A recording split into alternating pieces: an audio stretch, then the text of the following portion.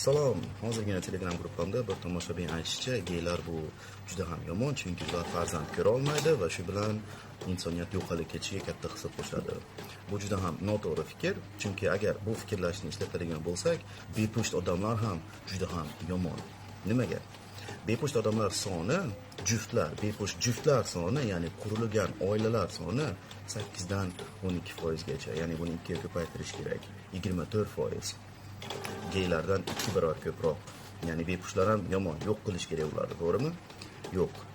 Aslida geylar ushbu o'z haq-huquqlarini himoya qilib kurashganligi tufayli mana bugun endi ular oila qurishi va sun'iy tarzda bola ko'rishi mumkin, farzand ko'rishi mumkin.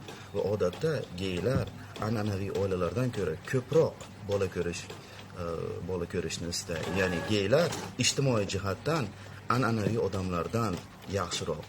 Bepushtlarni endi qo'yaverasiz.